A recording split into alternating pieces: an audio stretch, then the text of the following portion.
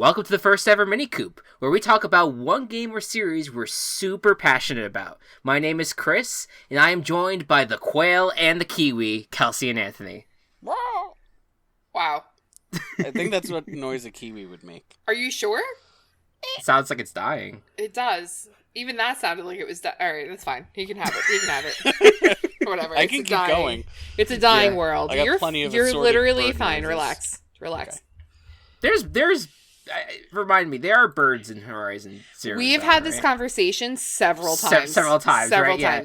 But they are absolutely birds, because the only thing that you need to think of is when you have to kill wildlife in order to collect on their stuff. Part of it is like there are owls that you kill, like. But of course, just like real life, they're actually government surveillance devices. Are you gonna actually take this seriously, or? No, we don't have to. We have fun with this. Okay, all right. This is all good. Just a mini amount of fun. I just have to body check him every once in a while. It's okay. It's totally fine. You gotta keep the lid. Keep the lid. The lid. Welcome everyone. This is a new thing, a completely side project thing that I'm working on here. And that will all the co-hosts of the Gaming Coop will be helping me with, called the Mini Coop. And essentially what it is that we're gonna just, instead of talking about a wide variety of games under a specific topic, we're gonna talk about one game or maybe one series that we really want to deep dive into, dedicate a full episode to. And these will be shorter. They're not going to be the 2 hours that you usually expect. This will probably be even less than 1 hour in the grand scheme of things. And the first episode, I decided to bring Kelcie and Anthony on because these evil people that forced me, held me down and made me play Horizon Zero Dawn. Just kidding. No. Kelcie bought me the game, and she really wanted me to play because it's one of her favorite games of all time, and I got to experience it last year, and we'll talk about that in a second. But and with Horizon Forbidden West around the corner, it felt like, why not sit down and just talk about the game and what we're excited about for the new game, but specifically go back and talk about everything about the old game as well. For people who have not played the game, just so you know, we are going to be going deep into spoilers at some point in the episode. I will give a warning ahead of time when we do that, but for now, we're going to try to keep it spoiler light in the start of the episode. But before we even get into the game itself, the first thing I want to touch on and ask you guys about specifically is, and I guess I'll start here with Anthony, because I think Anthony was maybe the first one that knew of this game's existence. I'm assuming. I could be wrong. What was your first exposure to Horizon Zero Dawn? Sure. So I was having one of my many E3 watch parties, E3 2015. And me and Nick, who is still one of my good friends, we were just completely blown away by the concept of Horizon Zero Dawn. Like, E3 a lot of times it can be a little funny in ways, but every so often you see like a real glimmer of a game that just stands out, and you're like, oh my god, I can't wait until I learn more about this game. And Horizon Zero Dawn was just one of those games for me. Yeah, absolutely. Kelcie, what was your first exposure? So, like many E3s that Anthony experiences, he sees a couple of things that he will try to influence in my corner, because I am chronically somebody who refuses to play games outside of what I already love. It takes a lot for me to try new things or consider other games, because it just feels like a chore. So, in the games that I've previously played, I pretty much play RPGs, and I almost always play like an archer of some kind if I have the ability to do so. So the game mechanics that were displayed in the trailer, and the fact that it just looked beautiful. I'm very picky with my games. Like, they need to look gorgeous, and this did. So Anthony was like, you should look into this game, and he sent me information. But I feel like I specifically remember with this game in particular, in leading up to when it actually came out, the few trailers, I believe, were shown over the course of a few different announcements. You know, like, even if it debuted at E3, you know, you have the game-specific, the company-specific stuff that comes out, and every time Anthony would be like, look, this is the game, and I was like, what game? Like, chronically, I could not, like, commit to memory what the hell he was talking about. And then eventually, I believe this is at least one of the original instances of the game coming out. It was a PlayStation exclusive. So at the time we were living in a situation where Anthony had his little computer set up and I would play on the TV, but then sometimes he would play on the TV. And so he was playing, I think he was playing first. You can correct me if I'm wrong. Horizon. And I was like, oh, let me try it. And then I just completely took over and I didn't let him, I didn't get back. And I essentially had him watch me play the entire game. And then I'd be like, why aren't you going to finish Horizon Zero Dawn? And he's like, I watched you like, there's nothing else for me to play. I watched you do the whole thing. I watched it through the end. What am I going to do? So it took him a while to finish it because of that. But I was actually going to ask, like, if he ended up ever actually going back to it. I forced him to. Yes. Okay.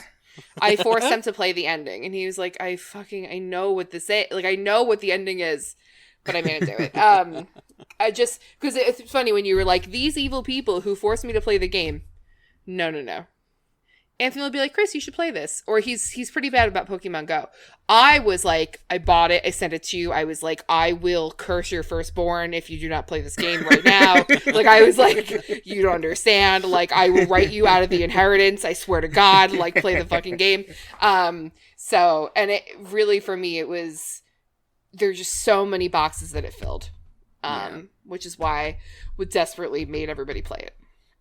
Yeah, and that brings us to last year. I don't know how early I decided to do like the 100 games in a year thing, but I know that I was playing a lot more games starting around that time, and at some point, especially during that time, I think you were just saying that like you really need to try Horizon.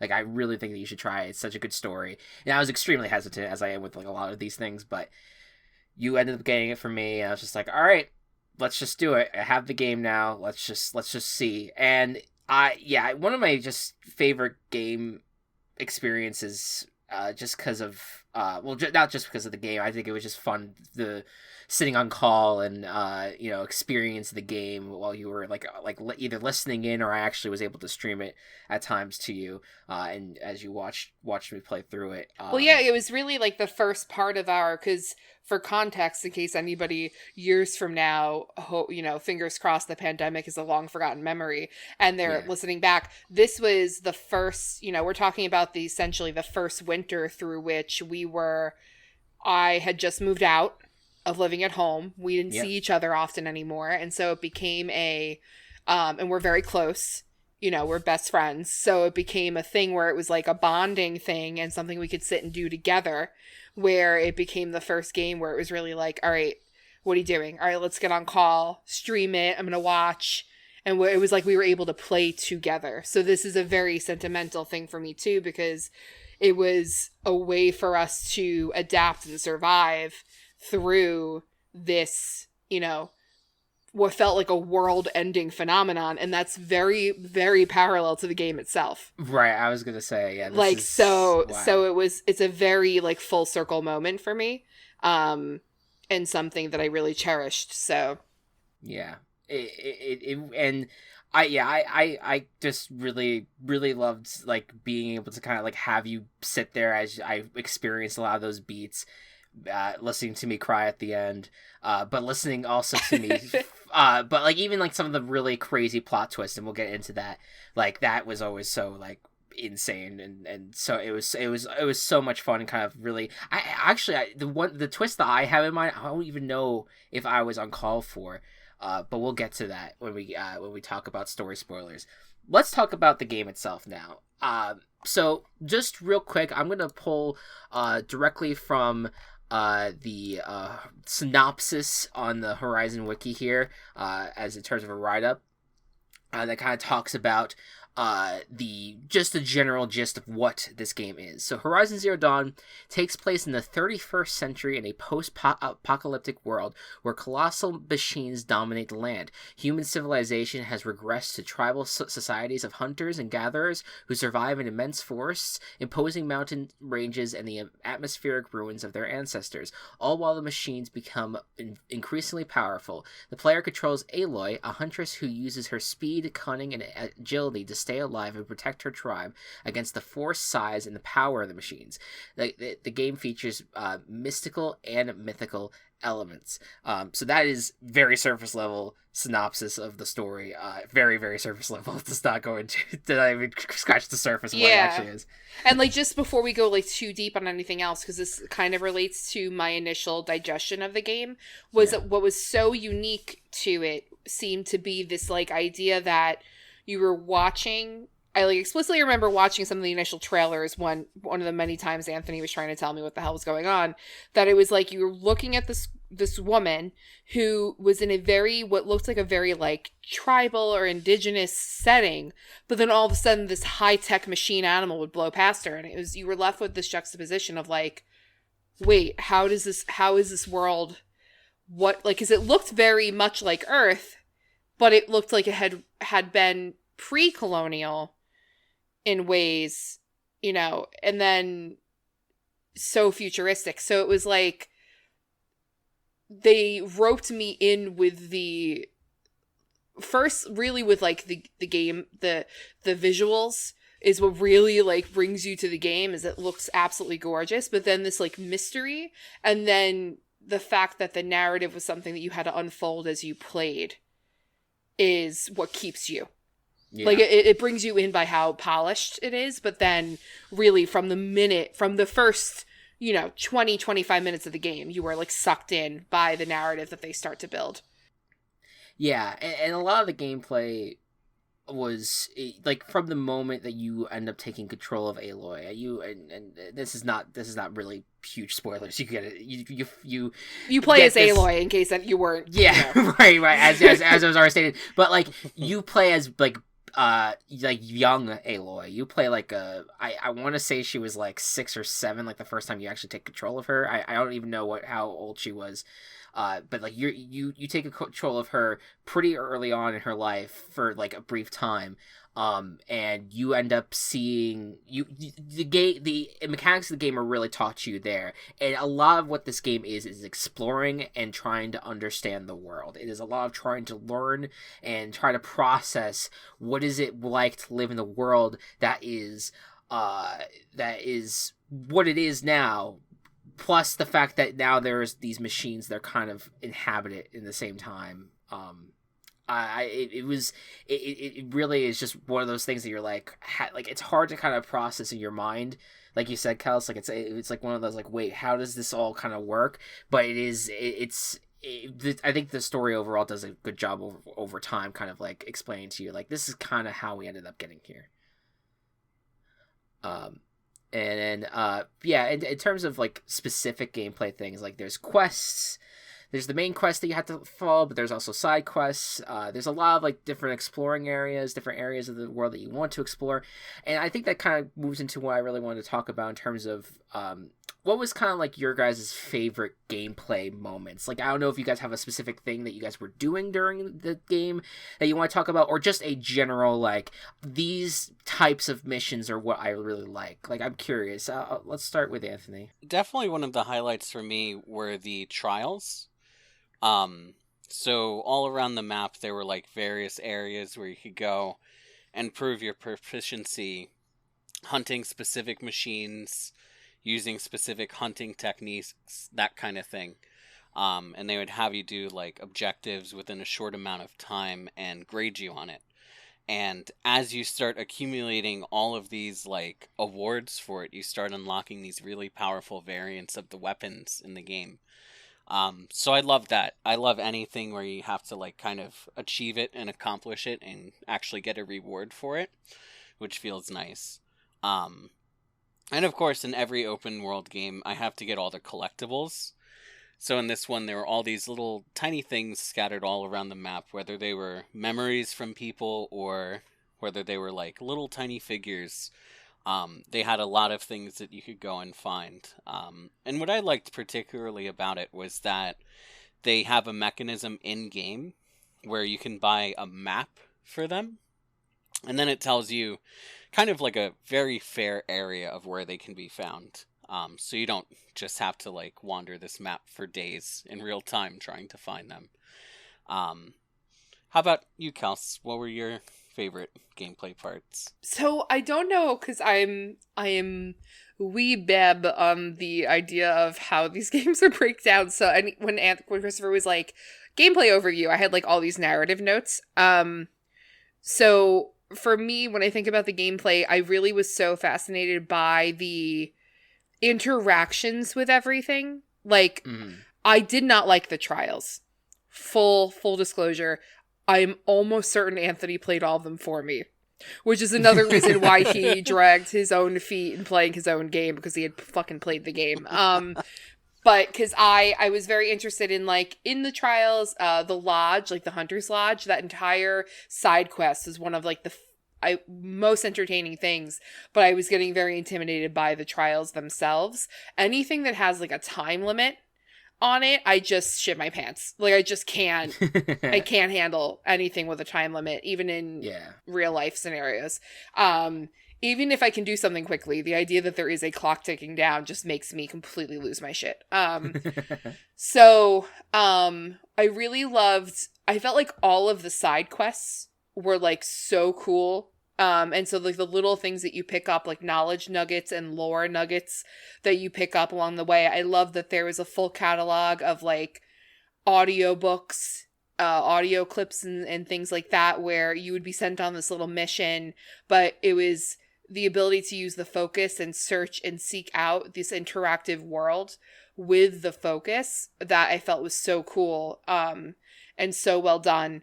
And then I just think that the full catalog of the animals too was just so impressive, and how they, how it was so, the intention was so very clear, and that they were trying to very much honor what they could of what their inspirations were for these animals and creatures. Like the tall necks, I think is one of the most fun mechanics that I've ever seen in a game. I didn't experience anything else like this until I played Breath of the Wild. Breath of the Wild? Why does that sound so weird when I say it out loud? Is that what it's called? Yeah. Oh my god, that sounded so weird when it came out of my face. Sorry. I just stared really hard at my desk. I was like, wait. You know, and we've had this conversation before where there's so many parallels to Breath of the Wild that we were like, who is selling whose secrets? Who did this? Who's the snitch? Where's the rat? But I hadn't experienced that. I had played Breath of the Wild much later. And that kind of like almost like probing map discovery, you know, gift that you get from scaling these tall creatures and being able to unlock pieces of the map was such a cool mechanic. And then can I talk about like my favorite animals? This is an appropriate spot for that, or are we gonna do that later? You absolutely can. Yeah. Okay. No, All right. I'm good with that. So like out of all of the animals, I really, really loved the stalkers the most. There was something so cool about those creatures, you know, and the intelligence behind them. You know, we'll get more into like the narrative and the story spoilers later, but all of these machines were built for a specific purpose, but a good portion of them were built as war machines. And so the fact that that existed where it like stalked out its prey in like the mechanics that they gave it to do that, you know, in machine form was just so cool to me. And then also the snap maws. There was something about the snap maws that was so cool. And I really loved that they didn't just do land animals, but that they went into the water and did that kind of work too. And that's something I'm excited for them to explore further in the new game. But I fucking hated the Glinthawks. I hate the Glinthawks so much. We call them shitbirds on this side of the way. We hate them here. And I also didn't care for the shell walkers, and I felt like they were fucking useless. Just like hot take, I don't like the shell walkers. You're not wrong. Okay. I was like, they're just obnoxious. They just seem like they're just there. They're just like this annoying thing that you can't. It's hard for you to take down. And it's Like, just I understand in the scope of everything. I do understand what their purpose was, and they were essentially supply convoy. Like, and I understand that was their point, but I did not give a flying fuck in the game. I was like, you were so annoying. Oh my god. Like, I just hate it, and I just hated all their mechanics and everything, and mainly because they were built to be a very good opponent.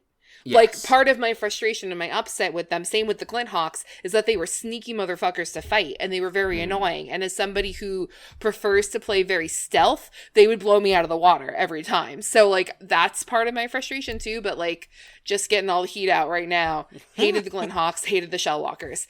And then another gameplay mechanic that I, like, wished that there was more of is, like, so you had a lot of different people that you could do side quests for and that you built a little bit of a relationship with, but there was really only one, to my memory, and you can correct me if I'm wrong, that you actually, like,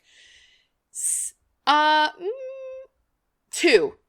So, like, you had Aaron and Varl, right? And so Aaron and Varl were two people that kind of served as, like, temporary companions for you in certain missions. Like, you would have to go with them on their specific mission, and they, like, ran alongside of you or fought alongside of you, and I really liked that they did that.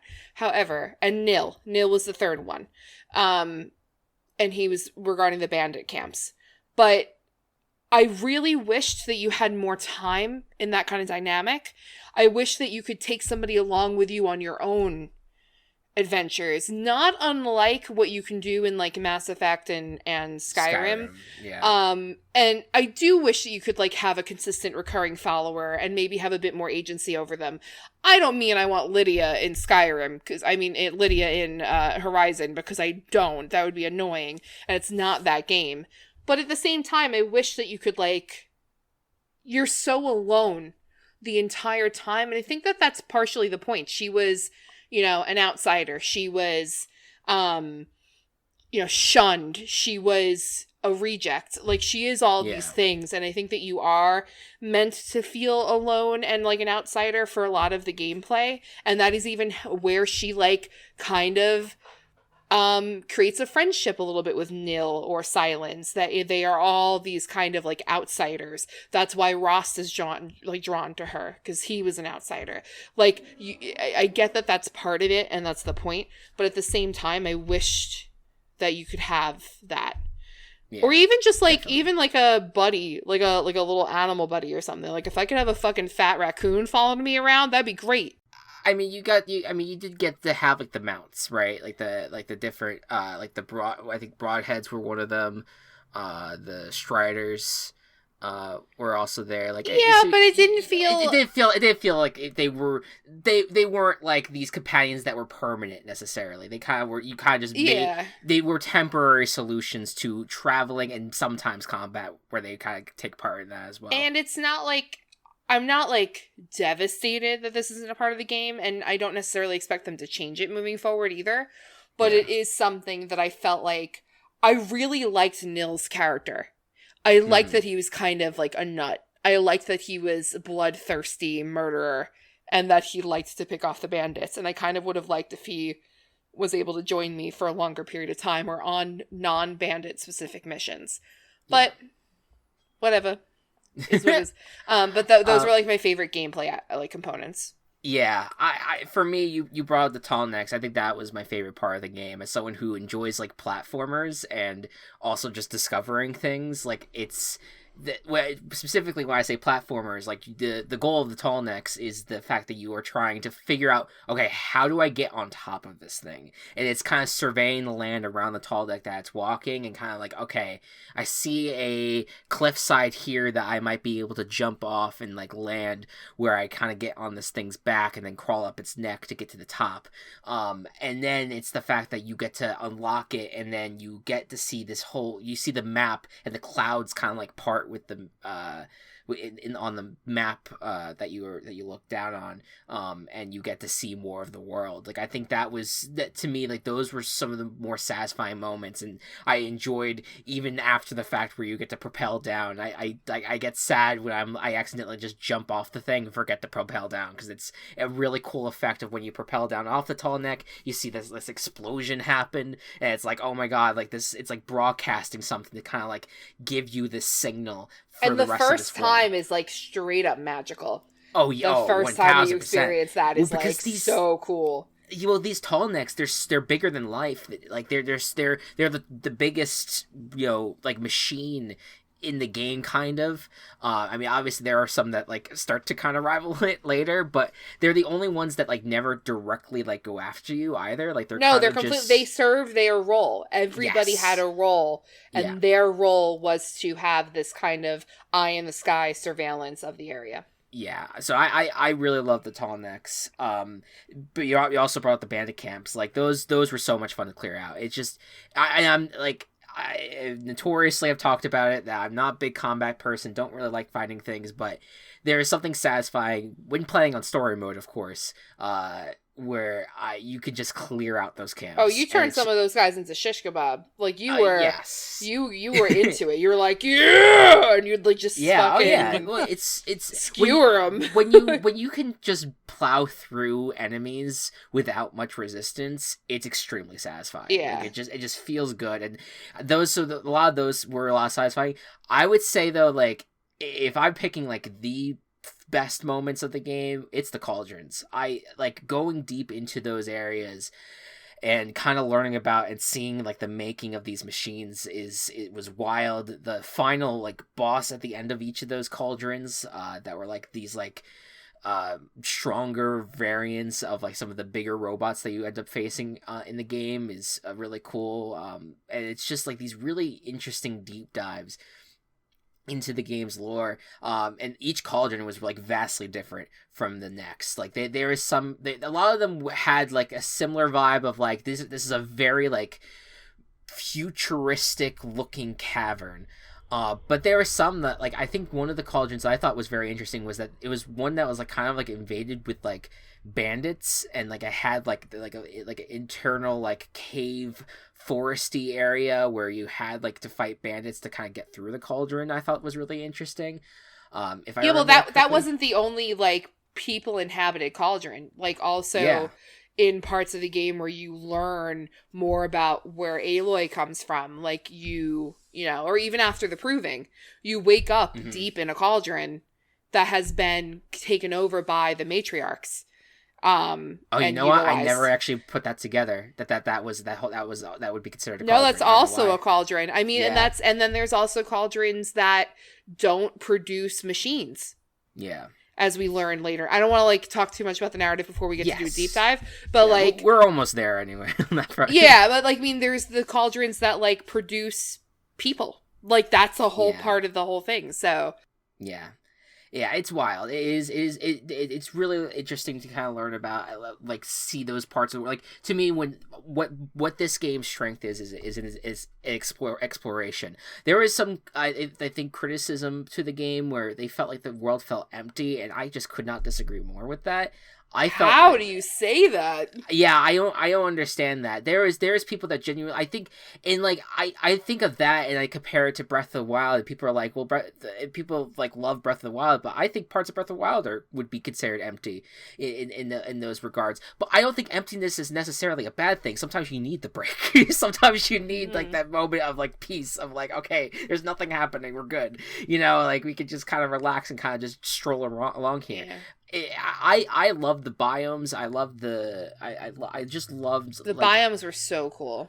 I love just exploring the space a lot as well. Anthony, what was your favorite biome? So my favorite biome, I love the ones where you can see where civilization used to be, like the ones where it's like the shells of buildings and you just see like all the ivy that's climbing all over them. Yeah. Yeah, I agree with that. And I think they did a good job of kind of representing like a lot of the biomes that you would expect to see, like Arctic, desert, forest, that kind of stuff. The real I tropical, think like, jungles were, like, so cool. they really were. Yeah. I think really like my favorite parts of the game were the civilizations, because I think they did a really good job with like blending those civilizations in with like the rest of the environment. I thought that those were really really interesting, and just a really really amazing immersive world that this Guerrilla Games really just like built. What was cool, too, is that when they did the biomes, they kept the appropriate animals in those biomes. Like, it was, like, a lot of the fire-based animals you found more so in, like, the deserts. Or, like, in the Frozen Wilds DLC, like, they were built, those animals were built specific to those biomes. And that was the intention with, like, the project overall. Like, it is very clear that they were trying to do what was reflective of the actual natural rhythms of the earth in repopulation. But the jungles, I think specifically because they were so dense that they were almost creepy, and that is what I consider a jungle to be like the terrain itself and the dense forest canopy and all the vines and the sounds of like the bugs and the crickets, and then all of a sudden you would see a stalker like disc on the ground where you were like, oh shit, oh shit, oh shit. And then, you know, you turn and you don't realize that there had been right to your left, and you'd set that off. And it was just very, very, kind of like claustrophobic, but in like a really cool way. Like, I don't know. I just really love the jungle ones. All right. So I will say for now, we're going to start transitioning into the story. If you do not want to be spoiled, I would say, hey, just like just take your little thumb on the wherever you're listening on your phone and just like fast forward to the end, and that way it's a full listen, and that way you're done listening. Right? Don't just leave. Make sure you give us the full listen. Yeah, that's what I usually do sometimes. If I'm like, if I watch a podcast on YouTube, I'm like, I feel bad because I want to like give them like the revenue on the podcast, so I just take my finger and just fast forward through the fucking episode. But yes, so we're gonna start talking spoilers. But yes, we're gonna go deep into that. So I'm gonna take a pause in the action. We'll go quickly to ads, and we'll be back to talk story spoilers. It has been 2 years since we started Team Chaos Productions, and we would not be where we are today without the help of Anchor. You've heard us talk about it all the time, but let me remind you, this completely free platform gives creators the tools that allow you to record and edit your podcast from your computer or phone. Once done, Anchor will distribute your podcast to Spotify, Apple Podcasts, and many more, so you don't have to. You can also make some money on the episodes with no minimum listenership. It's everything you'd ever want in a podcasting platform, so download the free Anchor app or go to anchor.fm to get started. Happy podcasting. What makes Table Party different from other tabletop podcasts? The music. The setting. The characters. The gore. A bunch of different games. The refreshing coldness of ice cream. The 300-foot-tall squid named Delilah. The dice rolls. The horrifying body horror. The aroma. The suffering of my players. Dairy Queen blizzards. The luxurious plush texture. The free coupons. Bad decisions. And who can we expect? I'm Kelcie. I'm Matt. I'm Gabe. I'm Walsh. I'm Chris. Welcome to the Table Party. Welcome to the Table Party. Welcome to the Table Party. Welcome to the Table Party. Welcome to the Table Party. All right, we are back. Let's go into the Horizon Zero Dawn story a little bit. So, yes, we kind of teased it already. We talked a little bit about the project, and we'll go into that lore a little bit more later. But I want to focus first on Aloy, because she's this outcast of oh my god, I'm gonna forget the tribe name already. Nora. The Nora. So she's this outcast that she showed up at the doorstep of the cauldron suddenly one day, and they were like, as an infant. Yeah, as an infant. And so, and they're like, they did not trust it. They felt like it was like some sort of like weird, like human that was just produced out of nowhere, and no one could trust where it came from, so they decided to outcast her, and they one of the head people of the Nora gave it to a guy named Rost, who was also outcasted from the tribe. I think by choice, if I remember correctly, if I remember that story correct. Yeah, and it was also, there was like some infighting with the matriarchs too. Like there were some that were skeptical of who Aloy was and felt like she was an omen. But the one that, you know, essentially advocated for her not to be killed or completely just thrown out into the middle of nowhere, advocated that Ross take her because he was once a tribesman but currently outcasted. Yeah. And just to kind of speed along the story a little bit, she ends up growing up with Rost and kind of learning just to kind of survive on her own. And I think that the proving was her trying to kind of get back in with the tribe, if my understanding is correct. Like try to like yes. So the proving can be completed by pretty much anybody, both outcasts and children of the village, and it solidifies you if you win as like a formal member of the tribe. Yeah. So she ends up training all her life to get to this point. She ends up being like, I think when that's the age that she is for basically the main game, like she's like only like 18 or 19. Like she's super young. I even thought it was like 16, but I don't know for sure. She might be that. Yeah, she's super young in this game. And so she ends up doing the proving, but suddenly and also she discovers the focus, which is like the device that is like the earpiece that she picks up that ends up kind of like letting her see things, like almost like an augmented reality type thing that she can kind of activate to kind of see statistics on things. Yeah, she picked that up as a child. As a child, yeah. So that's just kind of like reaching back to that. What did you guys think of the scene that followed the proving? Because she ended up doing well in it, aka we did well in it because we participated in it as her. She wins the proving, but then all of a sudden, they start going after her, or I think they're specifically going after her. Well, when you say they're yes. Right. So there's the all of a sudden the proving is just finishing, and then suddenly I think an arrow or something comes through and hits I think the main woman who's running that part of the proving, and then descending upon is like this other group of men who are just breaking out in violence. Yes. On the kids who won, the anybody who's there that's a Nora person starts to be attacked. Hellas, I think was his name, that the guy who ended up attacking her, he also had a focus as well, which was interesting. And basically he almost ends up killing her, but Ross ends up sacrificing herself and kind of like pushing her basically off a ledge, just basically try to like save her life. But then Ross ends up kind of getting exploded. Kind of just like casually kind of gets like blown to bits. It's fine. Yeah, and we actually ended up talking about that in an early Gaming Coop. When we talked about the relationship between Aloy and Ross, and you could go listen to that to go deeper into that. But that was her father figure. That was who she had in her life, and not having that is kind of what ended up letting her be alone basically for the rest. What was that moment like for you guys when you first experienced that? I'll start with Anthony there.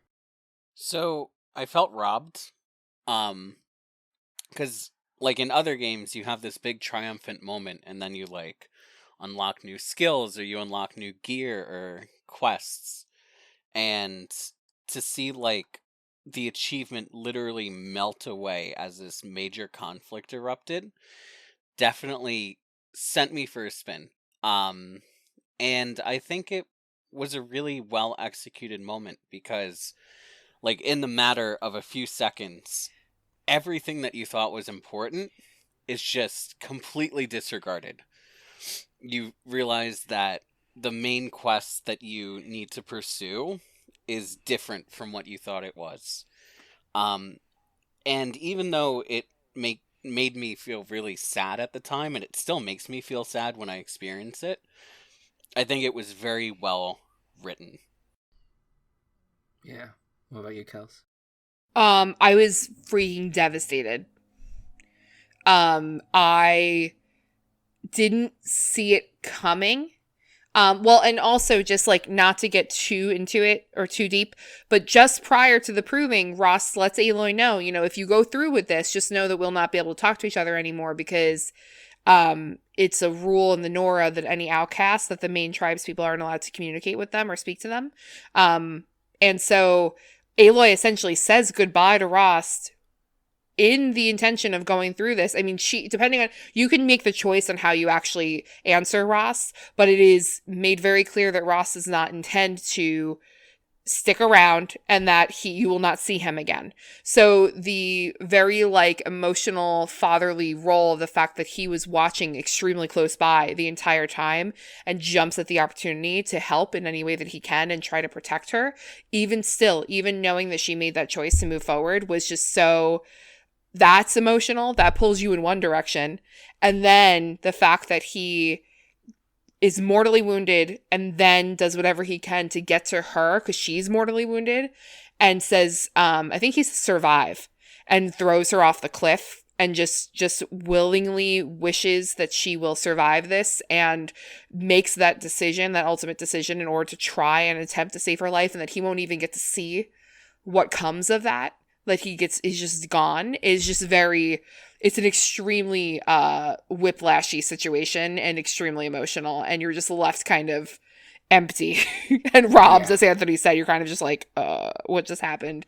And then are left to navigate the immediate scenes after that point. It's just a very, they came in with the intention of being high octane, and they did it. Yeah, it was definitely the first moment of the game that you're like, and although granted, I knew that was going to happen going into it because we had the conversation on the Gaming Coop about it, but that's fine. It was early on enough in the episode in the game where it's not going to be like a devastating spoiler. Yeah, but it still was super impactful, even knowing, like, I think having the context of knowing it was going to happen gave me a different perspective on it, where every single moment that you saw her spending time with Ross, you knew it was going to happen eventually, and you get even more saddened by it because the way that I think that like he ended up really being, it seemed like he was a really good parent to her, Mm-hmm. and so it was kind of that, like, when you knew it was coming, it was just like, like, this is a relationship that you felt like was really building into something. It was going to be interesting to see how a more adult Aloy was going to kind of treat Ross over the course of the game, but that ended up just being cut off. And and just to quickly note that Ross, kind of can still be part of the game if you visit his grave, where Aloy can kind of like talk to him about just all the adventures that she's kind of going on. Which kind of forces the player to continuously mourn him also. Like, yes. I think that we are normally given more agency over how we choose to react in, death of a character, and then it's kind of finished and you move on.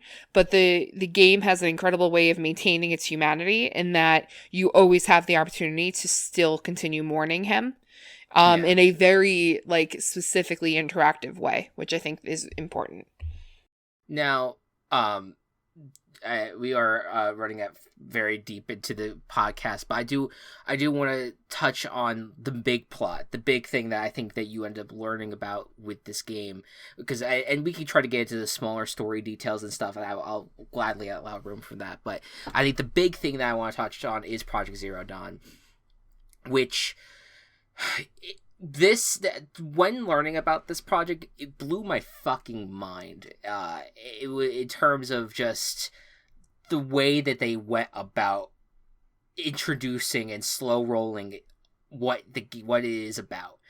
And essentially, Project Zero Dawn was a secret project that was spearheaded by Dr. Elizabeth Sobek, and it was a plan to basically try to restore life to Earth after it was eventually going to be destroyed. And the way that we end up learning about it is you are going through, there is one mission in particular that I want to find the name of, because to me, it was my favorite moment of the entire game. I think it was Deep Secrets of the Earth, was the moment that it happened. And it was this scene of learning about how you end up being introduced to one of the military guys that was kind of put in charge of people who ended up kind of being put in charge of one element of the project, who ended up telling people there is no hope, we are all going to die, and it is just, everything is hopeless almost. Like, he basically set the grounds of just saying, like, because of the way that the world is now, which had in the previous old world, they started creating these robots to kind of combat the dying of other animals because of global warming. But these robots ended up starting to turn on human civilization, and they basically, what this guy is saying is, hey, we are going to, we're gonna let you know that, like, this shit's hopeless and we're all gonna die, and we're not gonna be able to see what this world would be like with if we kind of try to. Are you talking about Ted Faro? Was it Ted Faro? There was another guy. Okay, because the events of the world reaching a point that it's starting to end. Is that what you're talking about, or are you going to talk about that later? Well, it all kind of ties together into what Project Zero Dawn ends up being. But yes, you could go ahead and make note of that. Just like so overall, like, Elizabeth Sobek was a scientist, and I believe that her focus was agriculture specifically, but Ted Faro was CEO of Faro Automated Solutions, and he had built a horde of what were called, like, peacekeeper military robots that ended up being licensed by the world's military, and were built to look like animals specific to their regions, and they were all given specific functions, and they were mainly about trying to, like, aid civilization and support overall functionalities, from anything from helping with, like, agriculture and building farms and keeping people in supply of things, to anything to get to the point of, like, actual military aid. But they essentially get to the point where he built into the machines their ability to self-replicate and consume biomass as fuel. And he lost control over them. And they ended up starting to consume the entire planet and stripped Earth of essentially all life. And because it became like a environmental crisis, Elizabeth Sobek was considered to be, like, the top professional in that field and somebody they felt could help. And so the military, I think it was the US military, recognizing how dire things were, roped her in as looking for a solution. And she essentially said to everybody, we are not going to survive this. The only thing that we can do at this point is try to figure out a way for life to begin again, because our life will end. Like, we cannot, right. It is at a point where it is not going to stop. So we need to figure out how to, when everything stands still, what plan can we put in place in order to begin life again? A big part of that was that when Ted Faro created the militarized, autonomous, self-replicating Doombots, he created them with military-grade encryption software, and in fact, I think it's beyond military-grade. So they were, like, trying to crack them and shut them off before they consume the world. But it very clearly became apparent to everybody that they would need hundreds and hundreds of years to crack them and shut them down. Mm-hmm. And they also were sending, like, people to the front lines to try and fight the robots, well knowing that they were essentially feeding citizens to these robots. So they was just trying to buy time. Yeah, I apologize for being incorrect earlier about it. I thought that part of it though was the fact that that they were animals that were kind of dying off and they needed to replace them too. Well, so they are the biomass Yeah, that was being that's true. consumed by the military robots. Yeah, yeah. But I for to go off of that, when you learn about that, it was such a cool sequence because I guess it could have been Ted Farrell. I thought there was another character that was like some sort of like head of the military type guy. I'm gonna just forget his name. It's all right. That tells you that everything's meaningless, nothing's gonna matter, and then you go through a room where you listen to different voice recordings of people trying to reconcile that, and you basically had a choice of whether or not you wanted to stay alive or and keep going deeper into the facility, or basically be killed on the spot through like just like an injection. So what you're talking about is you're talking about the point at which you were brought to a facility in the game in Aloy's quest to understand what was going on. It was like a military type funded base where they were bringing people were invited into the program to learn about what was happening. But when you're absolutely correct, the voice recording was some general. I forget what the general's name is in the game. General Harris. Yes. General Harris. But so he tells the people who are being brought in, he's like, you were brought here because we need people to help us stall while Dr. Sobek is putting through whatever she's putting through.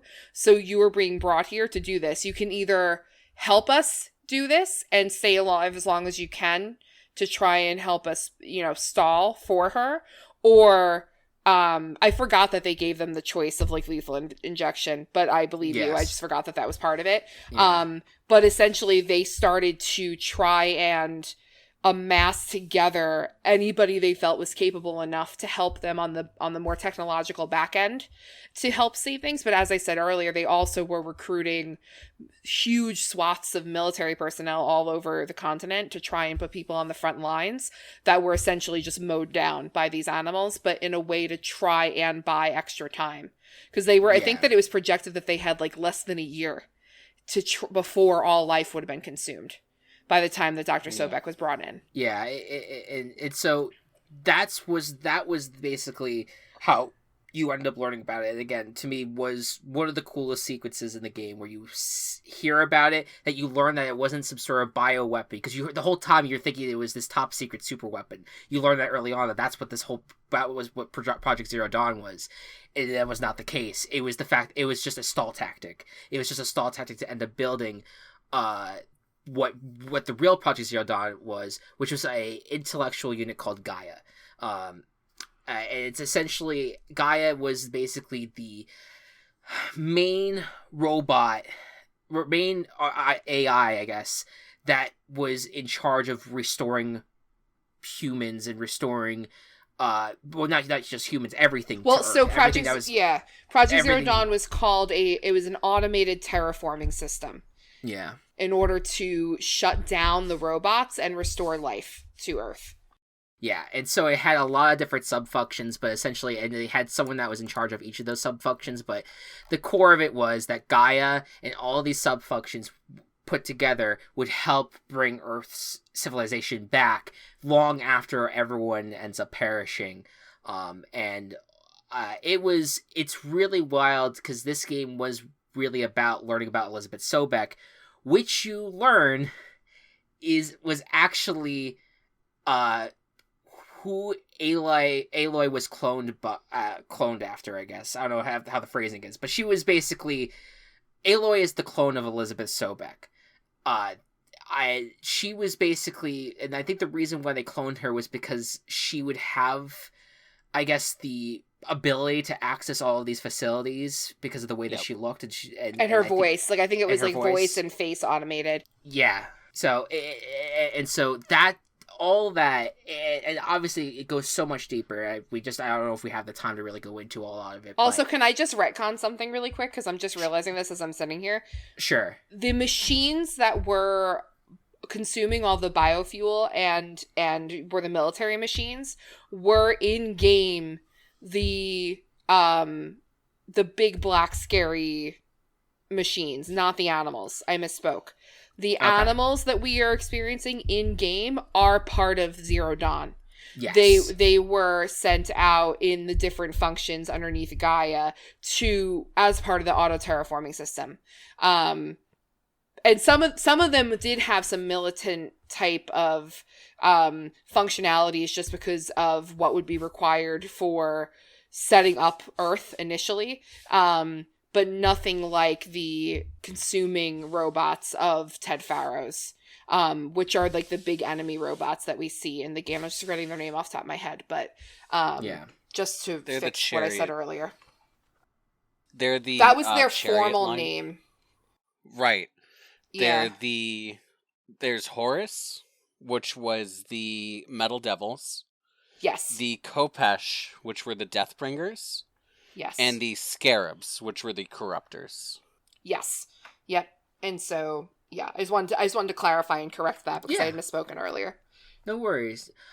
Yeah, so, and really, what ends up being the main goal of the game is that ultimately one of these subordinate functions, Hades, ends up kind of basically turning corrupt, and that corruption is being used by this group called the Eclipse, to basically, the initial use for Hades was basically like, if Gaia was unsuccessful in trying to get everything kind of properly set up and get the world set back to normal, it had the ability to reverse all of its actions and basically to reset it. It did controlled extinction is essentially what its Yes. functionality was under Gaia. Yes. And they And do show you that it had to be used a few times, that it did Yes. not go right, that there were several incorrect moments in Gaia trying to get these systems correct. But essentially it became corrupted that even when Gaia was ultimately successful, it ended up trying to start to reverse course, and we end up learning that Gaia ended up self-destructing itself to try to prevent Hades from trying to be successful with that reversal. But the problem right now is that the Eclipse is basically trying to figure out a way to use Hades to their advantage. I forget for what reason. I think that they just wanted to be greedy and use their power of like since they had the focus to kind of be able to target everyone and gather wealth and gather It's the Eclipse? Yes, yeah. So Hades spoke to Silence and promised him like all worldly knowledge or something. So Silence creates the Eclipse as a militant group to try and get to the point where Hades is allowed to resurface all of the Pharaoh robots. Yeah. So Silence is a tool that's being corrupted by Hades.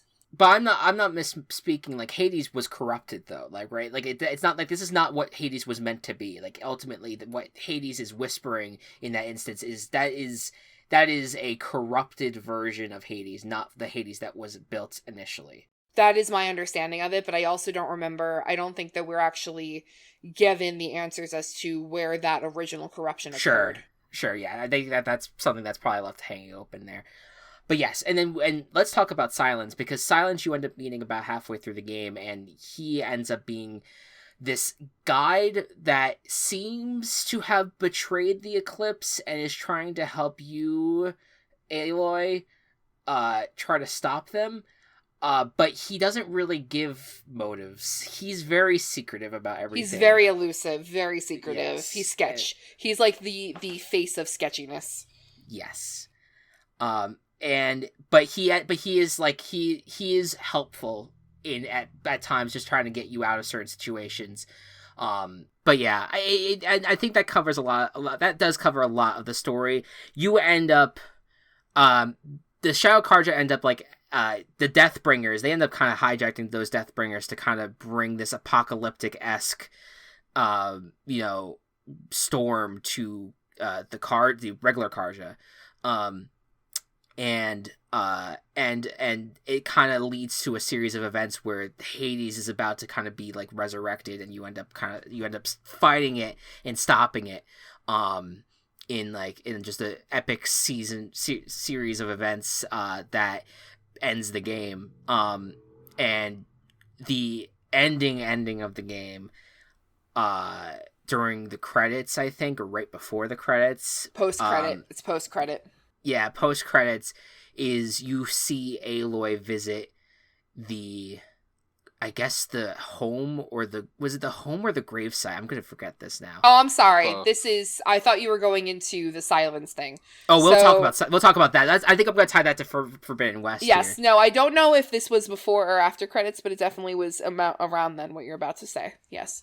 Yeah, I think it was either the gravesite or the whole original home of Elizabeth Sobek. As Anthony just said, because Anthony spoke, yes, it is both. Yes. Because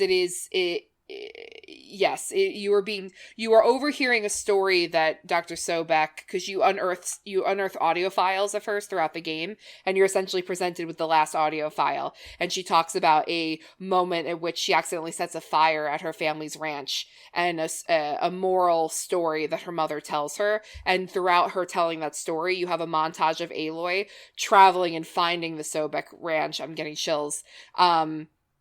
And go ahead. I just wanted to fill in the context of what it is. No, that I think that was really the gist of it, and it's just the fact that she ends up actually finding Sobek in that moment. Well, yeah, because Dr. Sobek, when she realizes that she's not going to be able to return to any of the cauldrons, because she has to go, there's like a catastrophic malfunction that she leaves to go fix, and she is successful, you find out, because, people are walking around on the earth as we're speaking.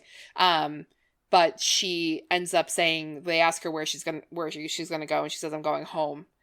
And so you end up finding her body at the ranch, what's left of it. Yeah, at her home. I'm getting chills as we're talking about it, like all emotional.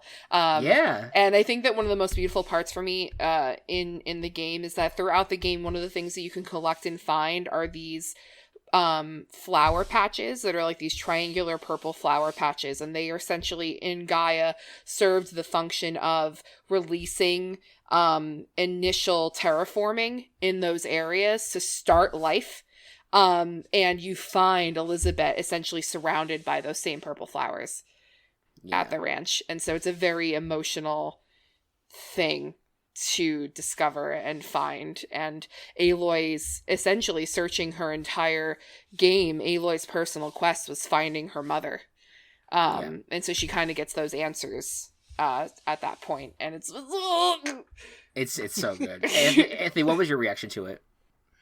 So my reaction was definitely it's like a weird feeling discovering essentially a parent that Aloy never knew that they had, and just unwrapping this giant narrative where you see the forces of good and the forces of evil in a fight that they used to fight, and how it's kind of become relevant to what you're doing now.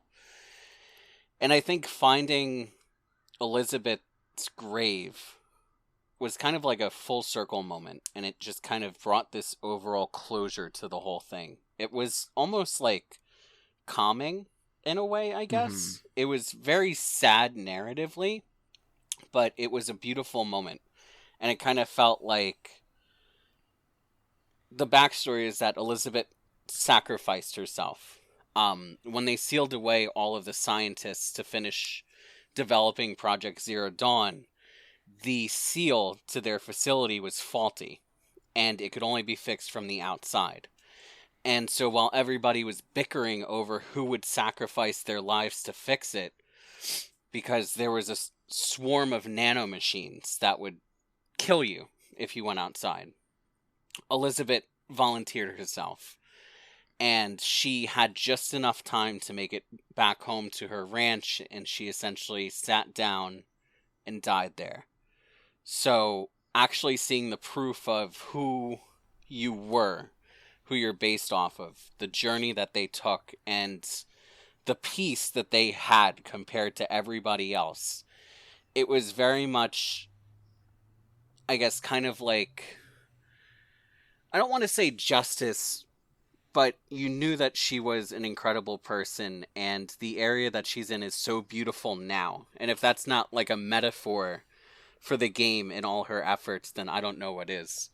Yeah, like it was almost like you got to learn this, you got to experience the story of two people essentially throughout, and it was the story of Elizabeth Sobek and the story of Aloy. That's what's so amazing about it, because they are, yes, you could say like, well, they're kind of like the same person, and they are in a lot of ways, and but genetically, but like I also like just how Aloy ends up being the one to kind of like save the day, and for at least for right now, obviously we'll find out about Forbidden West, but you know, and how Sobek was the one that kind of gave the world life, and how Aloy is the one that continues that life, is fighting to continue that life for many people. It's just very poignant and extremely emotional, and it makes me, like, honestly talking about it now makes me want to replay it, but I just don't have the time for that. I might just dive back into Forbidden West when it gets to it, but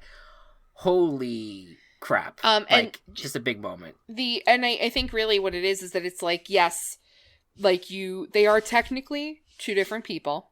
They are under two different circumstances, but there is like something, it is quite literally that Elizabeth was inherently good. And like literally down to her DNA, in the extent that a recreation of her follows the same path of being a leader, doing what is good, being like she is like lawful good. Like there is no, like, you cannot take that away from Aloy or from Elizabeth, but it is essentially that you're right, you did learn about who each of them are, but it's like you saw Elizabeth at her end, and we got to know Elizabeth at her end and how her story ends. But then we were really just experiencing Aloy at her beginning. Yeah. And I think that is a beautiful, I mean, the metaphors are in this game are just drenched in like birth, rebirth, death, generations, you know, passing things on to one another, what we imbue in ourselves, what's been imbued in us from our parents. Just absolutely gorgeous storytelling. Yeah. We initially had plans to talk about Frozen Wilds. I think I'm going to couch that just a bit, but I will say this about Frozen Wilds. It does kind of introduce you as a good segue into Forbidden West, because at least that's what it seems, because it talks about how another subordinate function of Gaia ends up being corrupted in Kelcie, you said the pronunciation before the podcast. I'm going to forget it now. Hephaestus? Hephaestus, I think it's pronounced. Hephaestus. Yeah. It's basically the being, it's the function that that actually is terraforming the machines at the cauldrons. That is what is the main function, but we learn that it is getting corrupted, and ultimately that is kind of a foreshadowing. And Frozen Wilds is so good, and like, if we do want to talk about it, like, we could, I'm okay with talking about it, just figured that we are running over, but that was such a good DLC and a really cool stepping stone, I think, into understanding, like, oh no, it may not just be Hades. Hephaestus actually wasn't corrupted. This is a story event that's called The Derangement, and it's Hephaestus realizing that humanity is the biggest threat against the machines that it's lovingly creating. So Hephaestus was actually evolving machines with more offensive capabilities, which is why some of the animals seem militarized. And that's why it seems intent on actually hunting and ending humanity. Interesting. I didn't take that away. I don't know why. Well, and also just like as a generality too, like in the game, you come into this area of the game, this most northern, very like Arctic tribes people, and they have like they actually look different, and they have like they've so communed with the land and with the animals, but they also have like taken upon themselves, where some of them actually have like tubing and stuff in their arms, and they make it a point for you to realize that Silence looks like that, and he came from here. Like they make it a point, and so Silence essentially ends the game as the big bad. Because in the post-credits scene, which is what I thought you were going to talk about before, you see that Hades was not actually eradicated by Aloy, that it's still alive, but it gets trapped by Silence, and he essentially alludes to the fact that he's going to, like, what do you know? Like, he wants to interrogate it and find out where it's coming from and what it knows. So that leads us essentially into what can only be assumed as continuing events for Forbidden West. I think that, and thank you for correcting me, because it's so dense. Yeah, I played the Frozen Wilds like recently, but I got through the campaign of Horizon Zero Dawn in like a few weeks time, and in March, and then didn't really touch it a whole lot. So a lot of things are me just trying to read up on them and remember. So I appreciate the notes, and I think that does intrigue me, though, that it's not a corruption, that it is just the machines just getting smart and saying, like, you know what, humans are a threat to us and we need to kind of try to eradicate it, which then I think does transition us into Horizon Forbidden West. What does that mean for the rest of these subordinate functions? Because one thing that I noted with the trailer, and I noticed, was how it almost looks like the nature, like the flowers in the ground, are actually the things that are starting to corrupt the earth. And I think that is, hold on a second, I think that's Artemis. I think that's Artemis then. That's doing that then, and to me, I'm like, holy shit! So we have all these fucking functions of Gaia that are turning on humans. It's not great.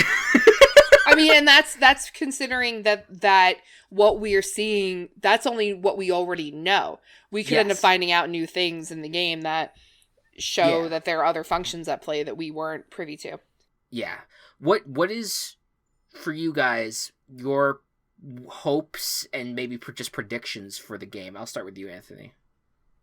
So I have 3 main predictions, but one is how beautiful the game is, because what they've shown of like the tropical setting with the beaches and like that kind of biome, I could not be more excited for it. It feels like we're taking a vacation. Yeah. But onto my predictions. So the first prediction is there is a sub-routine of Gaia's called Poseidon, which was specifically to purify the water. I think that is going to play a major role at some point in this game, likely as an antagonist. Really? 2. Yes, I think so, because the other machines have been slowly learning that humanity is a threat, and Gaia seemed like the glue that was keeping them focused. I think that we're going to see, especially now that Aloy can swim, I think that's going to be a lot more relevant this time around. Yeah, I could see that.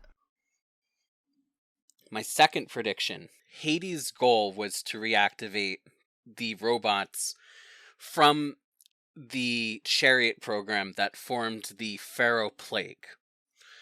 We fought 2 of those, which was the Scarab, which was like the whip-like corruptor, and the Deathbringer, which was the Kopesh, kind of the big industrial one that walked around and shot missiles. The third one we've only ever seen corpses of, which is the Metal Devil, which was the one that climbed mountains. When it was made, it was meant to break through fortresses. I think we're going to fight one of them. God. Probably. I'm so stressed out thinking about it. I think that Hades and Silence are going to partially reactivate the arsenal, and that we're going to have to deal with that. So that's my second prediction. Yes. And my third and final prediction, Elizabeth Sobek reached a point where she separated with Pharaoh once he started making military machines.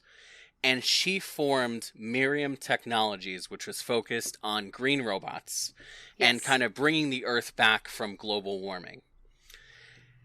She had to abandon this company to start Project Zero Dawn, but I predict that Miriam Technologies is going to come up and play a significant role in the next game. Very cool. I forgot about Miriam Technologies. I completely forgot about it myself, yeah.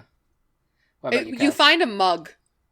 Like, they tell you about it, but then you also find a mug in the game, and that's like the ancient vessel.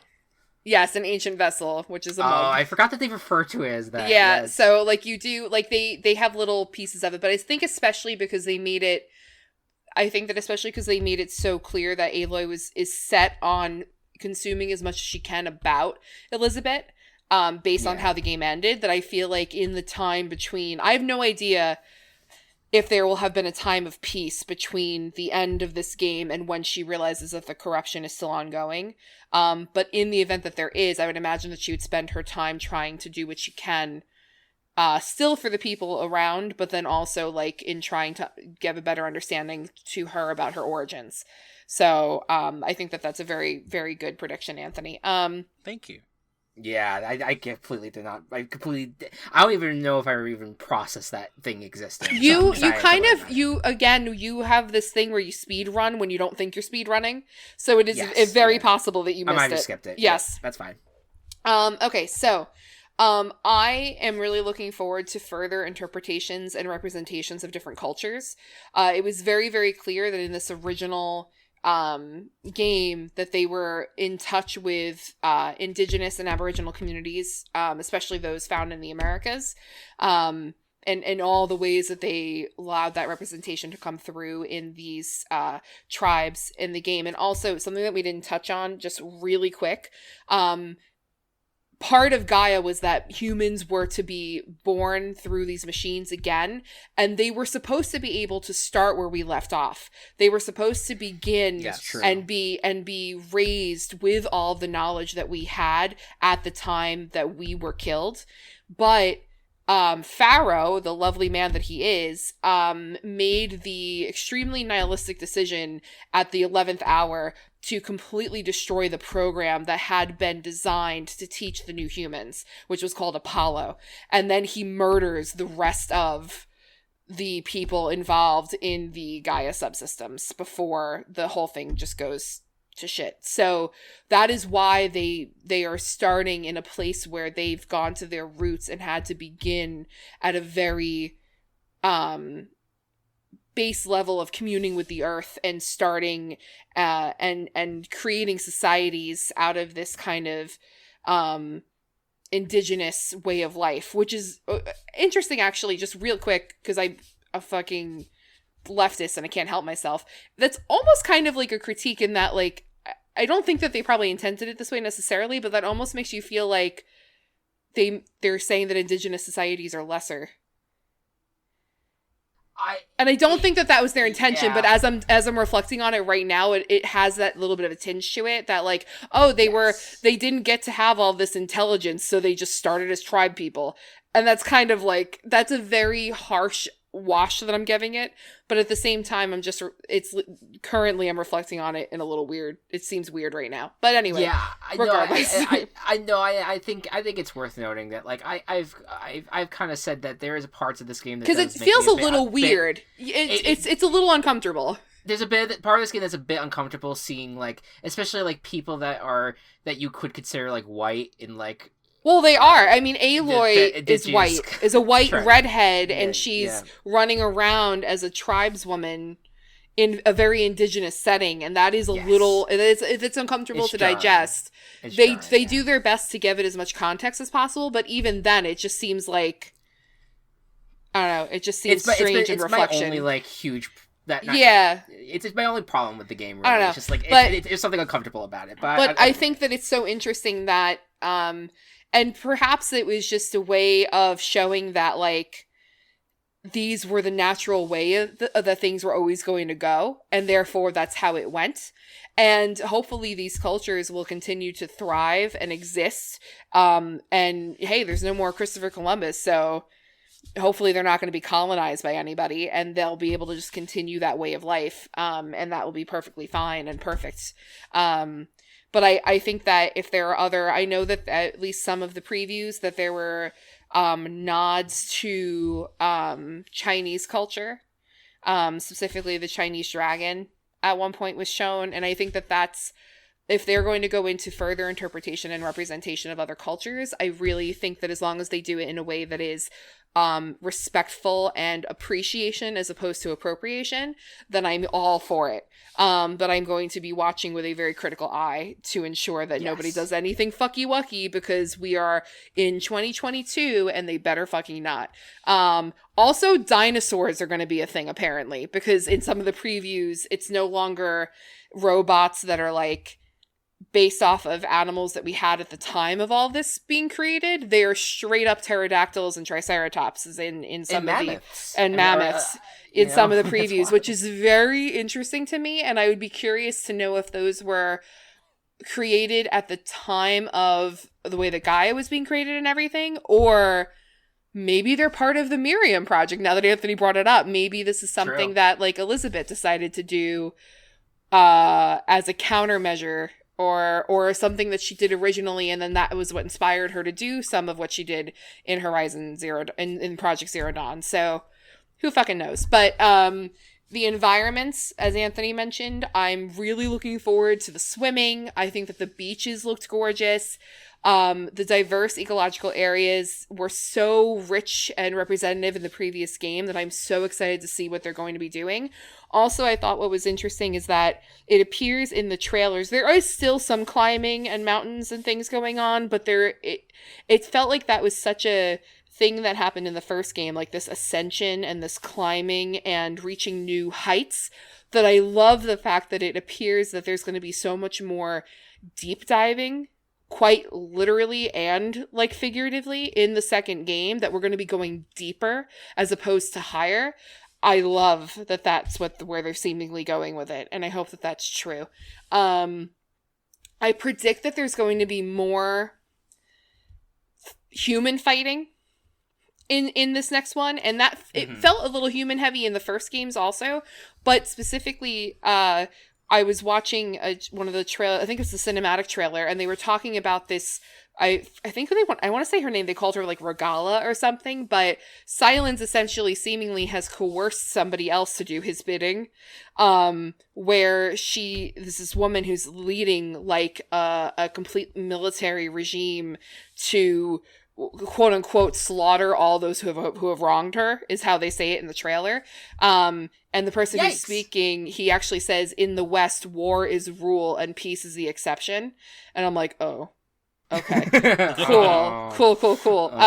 So that seems, I think that's going to be coming more into it. And then also I loved in the trailers that you saw that Eren and Varl are back, at least those two. It looks like they also introduce another character that I'm really excited to see who they end up being. But possibly my most favorite and most exciting thing that I saw in any of the trailers was Varl, Daddy Varl with the big beard. He looked absolutely ravishing. And I think not just being a thirsty bitch, it actually to me looked like this may be implying that some time has passed between the end of, and even if they do in real time, like say, I don't know how many years it'll ultimately end up being between the release of the game, 3 years, I don't know, but like just sending you guys this comparison, he looks great. I mean, the beard just does it, but he also looks like, he actually looks a little bit older too, though. Like his around his eyes looks more weathered. Like it is clearly Varl, but it is clearly an older Varl. And so like he, and I don't know if I would like for them to bring some sort of romance to the game. I don't know if it needs to be that they, like a classical romancing of characters like that, which you see in Mass Effect, but they did allude to it in the prior game. Aloy remained completely neutral, and there was really no pursuit of anything, which is completely fine, and I will not be upset if they continue to do it that way, but that would be a little fun at least the option. Sure. The option would be cool, just like an extra layering of Aloy, where like as she becomes more comfortable in who she is, and more comfortable with the idea that she's no longer like this forbidden outsider, that I feel like for her to build a family of her own, I think would be really cool, especially because like that was the whole point of Dr. Sobek's reflections in the end, where it was like, did you ever have children? Would you have wanted to? And she was like, yeah, maybe. Like, I kind of had dreamed about having a daughter. And then that's when they show you the reflection of Aloy, like, in her suit. And that's a very poignant and heavy moment where, like, I feel like, you know, Dr. Sobek lived her life largely alone. It seemed like that she was so invested in the things that she was doing and the places she was going that I would like for Aloy to be able to take a minute to form, not necessarily have children, not necessarily have a deep romance with anybody, but just create a little bit of a family for herself that has otherwise been taken from her at every level. I think would be really cool. But, you know, whatever. Yeah. Varl has a beard, so it really doesn't matter. that's all. That's all that matters. I'm not as deep with the predictions as you guys are on this. I think my hope is I just loved all the different elements of exploration in the game. I really hope they keep on building on that. The glider that they had added for the explorations. Oh yeah, I forgot about that. Fun. Oh my god! And then like they showed the combat being kind of what it looks like. It's the combat's being enhanced. I hope they stick with story mode. I would be shocked if they get rid of something like that, because that matters for me as someone who's not big into combat, just kind of wants to enjoy the story and also just enjoy exploring the world. I would imagine that does stay in place. But who knows? Weird things happen.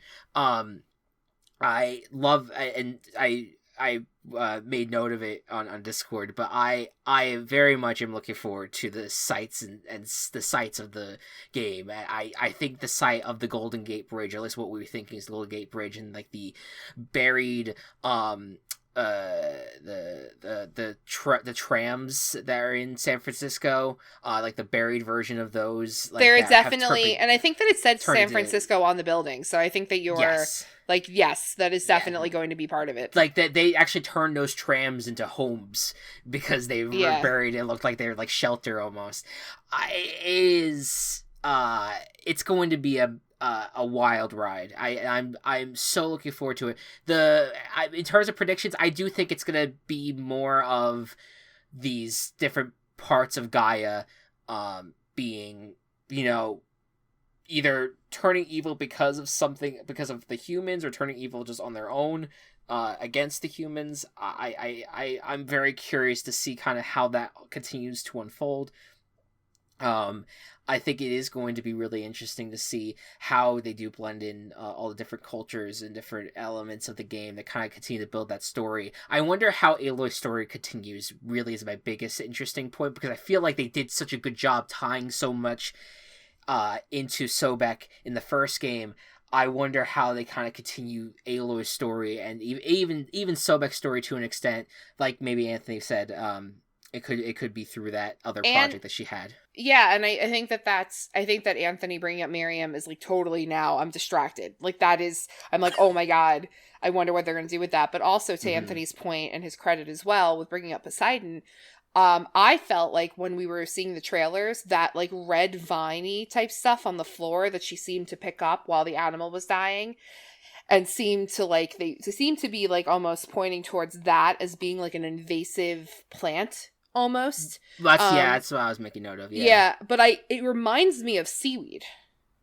In the way that it looks like a type of kelp or seaweed. So I would be curious. That's really interesting if it's coming from bodies of water and like invading as a way to try and like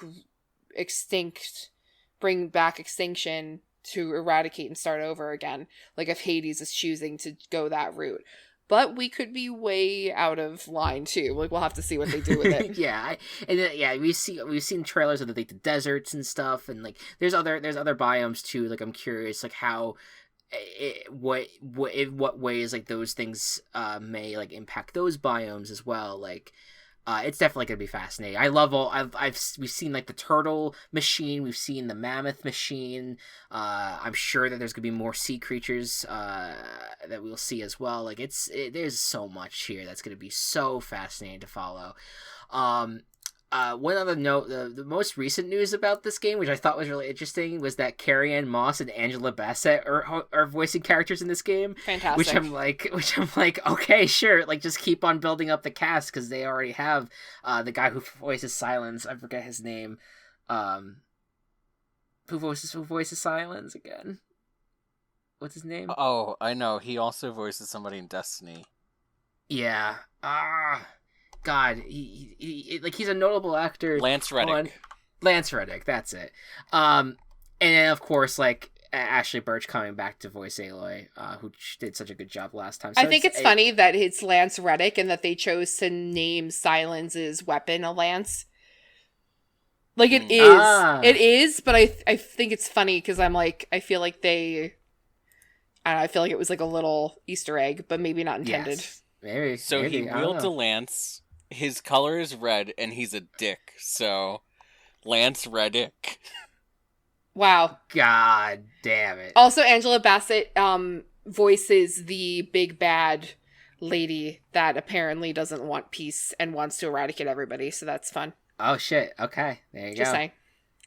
All right. Well, I think that covers. It's gonna have to because we're turning into a full coop. I know. Any other thoughts you guys have for this game and for either game? Any thoughts? I don't think so. We can always do a follow up when we get to actually play, enjoy some delicious gameplay. Yeah. Can't wait for the weapons. Yes. Yes, Yeah. I agree. Definitely. I hope they let you carry over some things if they were to include them, like that armor, the energy cell armor, the shield weaver. I kind of hope that they let you carry that over because that would suck because you worked so hard to get that. Yeah, I do wonder if anything about your previous save could you carry over. I would be curious about that. I don't know if it would be that kind of game though, but we'll see. Well, folks, thank you all so much for listening. We'll be back in a few weeks with a formal coop, and in the future, you'll be seeing more mini coops. Maybe maybe the next one might be all about catching them all, if you get my drift. Anyways, thank you all so much for listening. Game on. The Gaming Coop is brought to you by Team Chaos Productions. Follow us on Twitter at The Gaming Coop, or follow our other work at Team Chaos Pods.